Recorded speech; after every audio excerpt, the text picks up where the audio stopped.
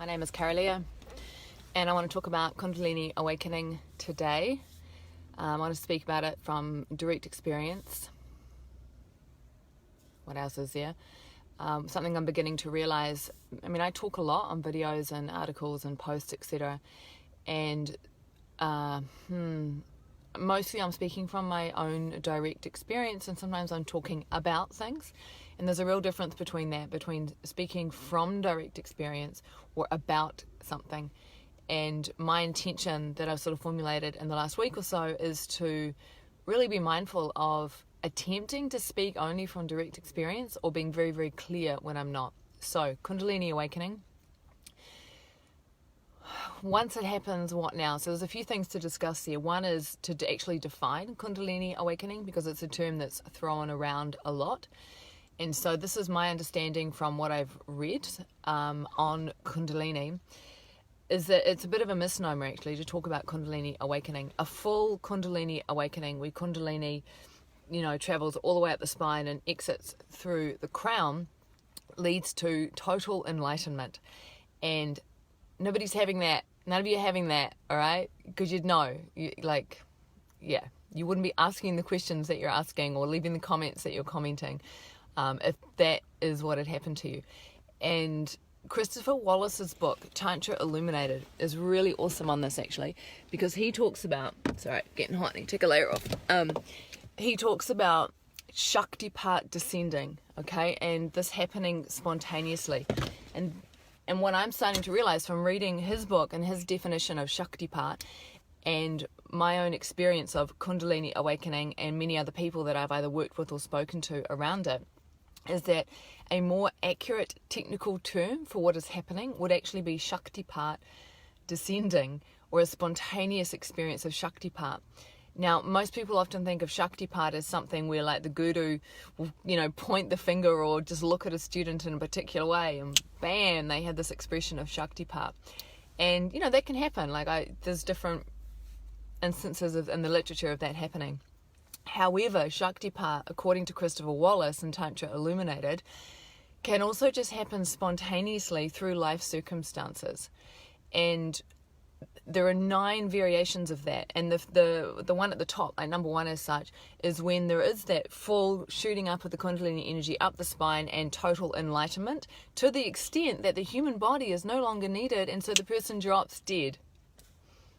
Right? Full enlightenment, no more body needed, and you're dead. That's a full Kundalini awakening. And then it goes down from there. There's the sort of the top 3, they're in threes, the top 3, the middle 3, and the last 3. Now, I can't remember offhand all the details around those, but if you are interested in more deeply understanding, like if you've had some kind of Kundalini experience, let me just try and adjust the lighting here. If you've had some kind of Kundalini experience and you're like, what is it about? What's going on? I would suggest grabbing a copy of Tantra Illuminated by Christopher Wallace and reading the section on Shaktipat, because he goes into a lot of detail on those 9 different stages, okay? So when I talk about Kundalini awakening, what I'm referring to, so in the experience that I had, which I now see there were a couple of different key experiences. The major one, there was one major one in 2000, another major one in 2004 that actually took me all the way to psychosis in the psych ward. You can read about that experience in my memoir, Sex, Drugs, and Mostly Yoga. And in that second experience in 2004, it was like I was taken sideways in reality, and I experienced a whole different way to relate to reality, right? Let's call it heaven. It felt like freaking heaven on earth. Everything was connected. I was one. Like, it was a part of it all. There was like no sense of personal identity as such. Like, it was just like, holy fuck. And all this information, I just knew shit. I had access to everything. And there was so much that came through in that experience. And then once I was taken to the psych ward, I was sedated and literally woke up and woo, right back in conditioned mind, and which felt like hell in comparison. However, I'd had that experience and I knew that there was another way to relate to life. So when my Kundalini fucking ownership, when Kundalini awoke in me, when Shaktipat descended, I was it was beautiful because I was shown what is possible as a human being, what it's possible to experience. But then I was right back in. So it's like, well, now what? Now I had to do the hard work. And that meant showing up to practice every single day. So if you've had some kind of Kundalini experience, one of the first things is to get your practice down, whatever it is. Like when Kundalini first starts to move, there's often a lot of ascending energy. And so people can get super ungrounded. They can go into their head a lot. And all the childhood patterns of safety mechanisms, etc., can be triggered, like disassociation, like the freeze mechanism. And so for that reason, it's useful to have super strong embodiment practices. Not a lot of meditation, not a lot of things that lead to transcendence, and often not a lot of things that really fire up Kundalini energy as well. So Kundalini's awakened, now what? Embodiment practice. Find an embodiment practice. Get out, walk in nature. Really connect with this physical human body that you are in. This is crucial. This is key. And then you basically need to start attending to all of the conditioning that is preventing you from experiencing life, experiencing reality directly. Okay, all of the projections, all of the filters, all of the limiting beliefs, all of the patterns, all of the wounds, all of the traumas, whilst at the same time realizing that it's not even about that to a degree.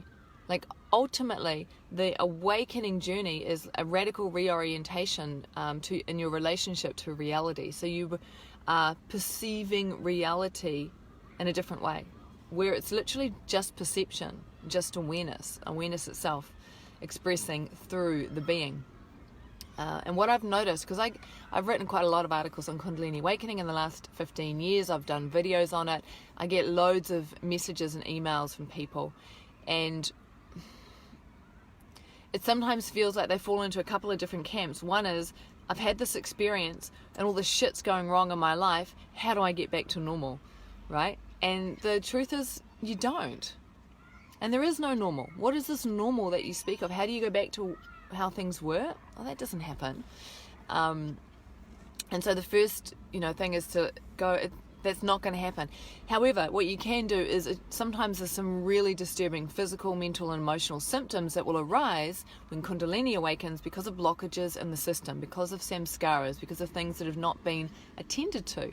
And again, this is why you really need to commit to daily practice, because daily practice will support the slow dissolving of these blockages, okay? I don't often get emails, messages from someone saying, hey, Kundalini's awakened, I'm freaking excited, what do I do now? How do I really ride this motherfucking energy all the way to liberation in this lifetime? That would excite me if someone emailed me and said that. I'll be like, yeah, fuck, let's work together. Let's ride this puppy. I actually do have a few people who are working with me in that way, and I freaking love it. But that's the thing. It's like, it's about liberating yourself from conditions.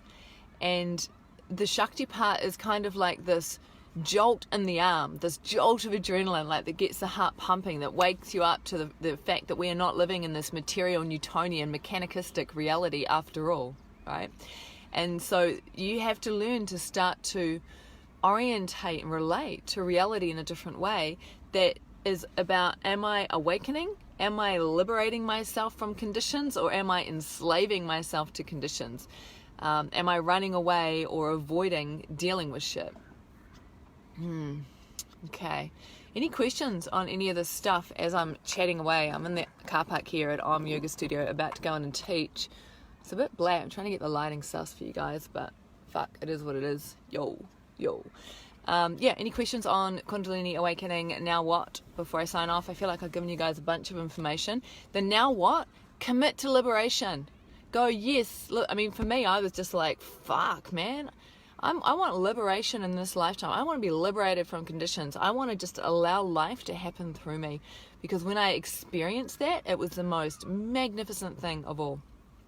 And it takes work. It takes work, because you got to face all your fears, you got to release all your attachments. You have to undo, dissolve, uninstall the conditioning of a lifetime, especially from society. And you need to give up safety. And security. There ain't no such things, y'all. Safety and security have got to go. And you have to be comfortable in the uncomfortable. You have to be willing to feel all the messiness of being a human being and recognize that waking up doesn't mean that you're not afraid anymore. It just means that you do face fear. Okay, we got a question from Emily. Examples of specific embodiment practices. Yoga, asana, as in asana. That's a specific embodiment practice. Yoga trance dance is another really good one. Budokan. Oh my God, Cameron Shane. Check out what he's doing with Budokan. It's freaking awesome.